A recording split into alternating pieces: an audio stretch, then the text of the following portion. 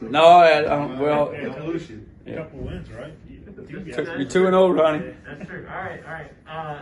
So I was looking at Tulane yesterday. 4 different rushers or led the team in rushing in each game, 4 different games. It seems like they just have different options. Is that kind of rare? Have you noticed it in preparing for that as well? No, that's how they were a year ago too. I mean, with Will Hall as well, new offense coordinator now. I think that's just Willie Fritz football. And going back to his days at Georgia Southern, he's had multiple running backs. All of them been really good. And one game it may be Cameron Carroll. One game may be number 22, 6, 5. All 4 of those guys are dangerous back there. And 5, he'll play in the backfield, play out wide. But whoever they're putting the ball in their hands, you better do a good job getting downhill, triggered, and doing a good job tackling because they're all dangerous. And Cameron Carroll had a great game against us last year, so we know all about him. He's the one kind of that's back and the returner of the bunch. The other guys are kind of new faces or didn't play as much against us last year. But we got to do a good job against all of them. And it's certainly more of a offensive schematic thing than it is about featuring one guy or another guy. It's about how they do business and how they do things. And receiver, too. You look at their receivers. I think the tight end leads the team in targets. 23 is next. But 2 and 3 are really good players. 4 is a really good player. He was a big-time target this time last year when we played him. So we got our work cut out for those guys out there. Looking back at the Charleston Southern game, how frustrated were you with the start, but then also to make the adjustments to kind of get things back on track after that? Yeah, I wasn't really happy with our performance. Our players weren't happy with our performance, and I don't think our fans were happy with our performance. And I think that's a good thing. I think any time that, and one of our analysts said that, or one of our GAs said that, hey, it's great to be at a place where how you win matters. Not just getting through and cutting it by, but how you win and how you play matters. And that's important to us as coaches. We take a lot of pride in that. That's important to our players, taking a lot of pride in that. The first drive, I think it's about a 15-play drive, and we had several third downs, and we didn't execute on third down like we had in the past couple weeks, and kept us on the field. And then we had a 4th down play in there, and he scrambled and picked up the first, and then we hold him to a field goal. They call a false start on that, and which was close, I thought. And then they ended up getting the end zone. So if you don't take the opportunities to get off the field when you can, and you leave yourself out there, more times than not, bad things are going to happen. So we got to do a better job of that. In the second drive, we have him pinned down there deep, stuff him on the first snap, and just had a little mental execution on the second play of the game, and our second snap of that series. And it could have been third down from their own 1-yard line, and you're really, ears pinned back, going to work. But later in the game, I thought, the kids did a good job making some adjustments, especially on the perimeter and out wide. And you got to give their quarterback some props too. He played really well. I've known Jack for a long time, and he was a handful the other night, just scrambling around, making some plays with his feet down the field, finding receivers. Overall, I told our guys, we looked at it and we reviewed the film, and we got to go back and make corrections.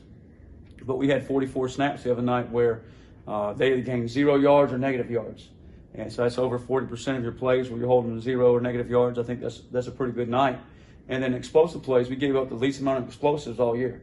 But Coach Houston said this to the football team, the team on Sunday, death by inches. And he was talking about a little story there. But that's really what it was defensively. It was not one big play here, one big play there. Yeah, we had a few scrambles, but it was, hey, we get them to 3rd and 5, 3rd and 6, and we just couldn't get off the field when we need to. And they executed, and we didn't, and we got to sharpen those things up. So proud of our guys that came back, executed, changed some things up as we needed to throughout the game, supported the edges a little bit different.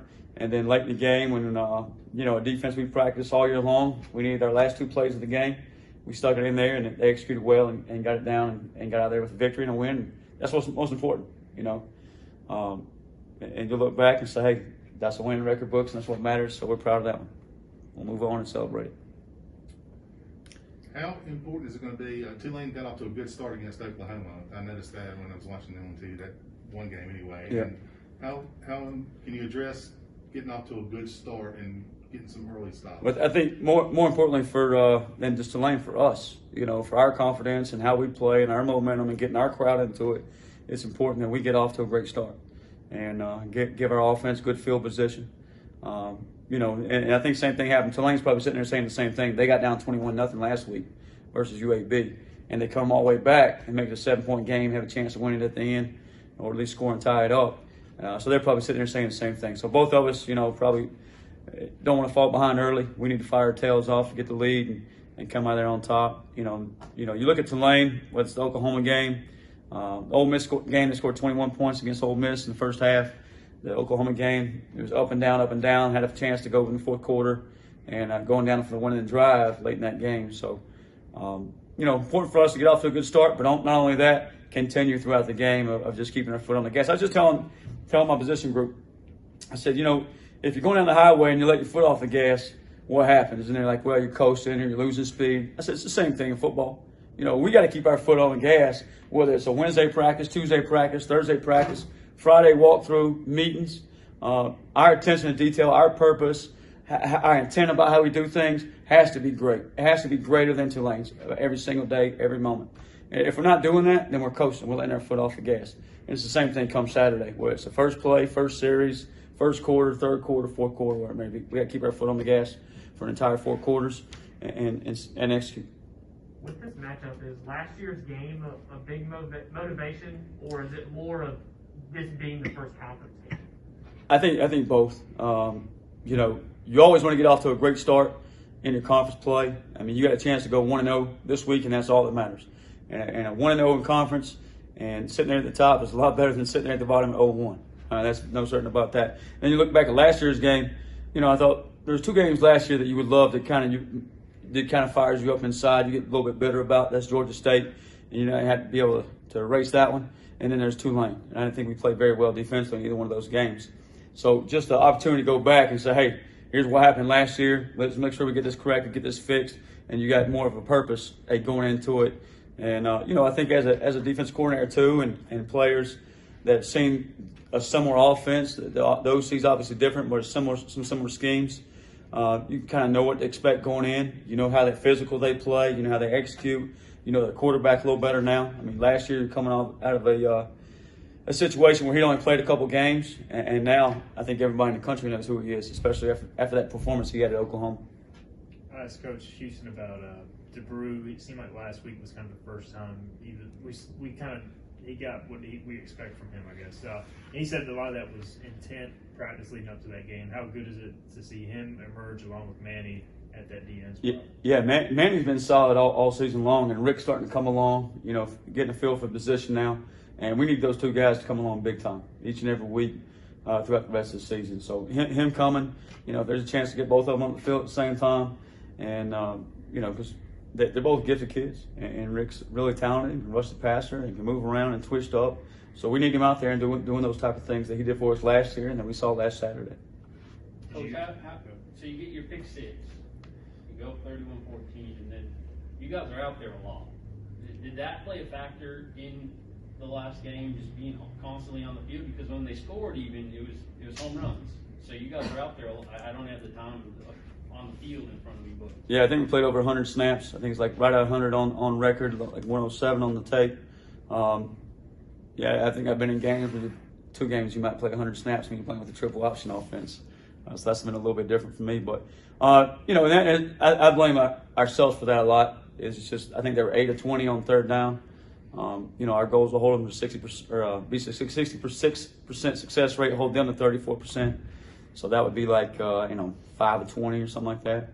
And that would take us off the field. We've been down about 75, 80 plays, which is where we should be. So we got to do a better job on 3rd down, getting off the field and executing there. You guys went with the package of, I saw DeBrew lined up laying a nose and then a bunch of DBs and linebackers. I guess they got a first down on that play, but was it good to at least get that exotic package? Yeah, that's our exotic. You wish it would have executed exotic.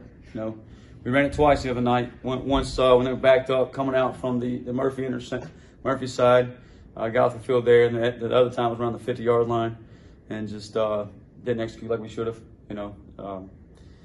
We got some different things we can do out of that. It's just a chance and opportunity for us to get some fresh guys on the field, get more speed on the field, more safeties, more corners, defensive ends, linebacker type guys that can get out there and run. And we'll continue to build those things just like we did last season, and they can be good for us. You get minimum reps out of them during the week, so you got to carry those packages throughout the season. But you hope by mid-season, end of the season, all that comes together and we can execute those packages at a high level. This isn't your first foray against Tulane a little bit. Does that help you a little bit to have at least a little bit of experience against them? Yeah, I think so. I think now you kind of know, hey, what their head coach is maybe thinking in some scenarios. Chip Long is obviously new. Him and Will Hall, I knew they had some ties at UAB, or not UAB, North Alabama together when they were there. I think somebody said they were college roommates, but they come from similar backgrounds.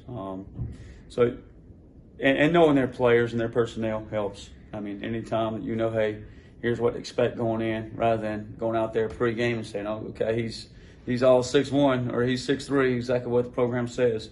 So you kind of got a pretty good feel going in, exactly their personnel, their head coach's personality, and even though it's a new OC, you kind of feel like, hey, I got a pretty good beat on that of just, hey, what they've been in the past, what he could be. Thanks, Coach.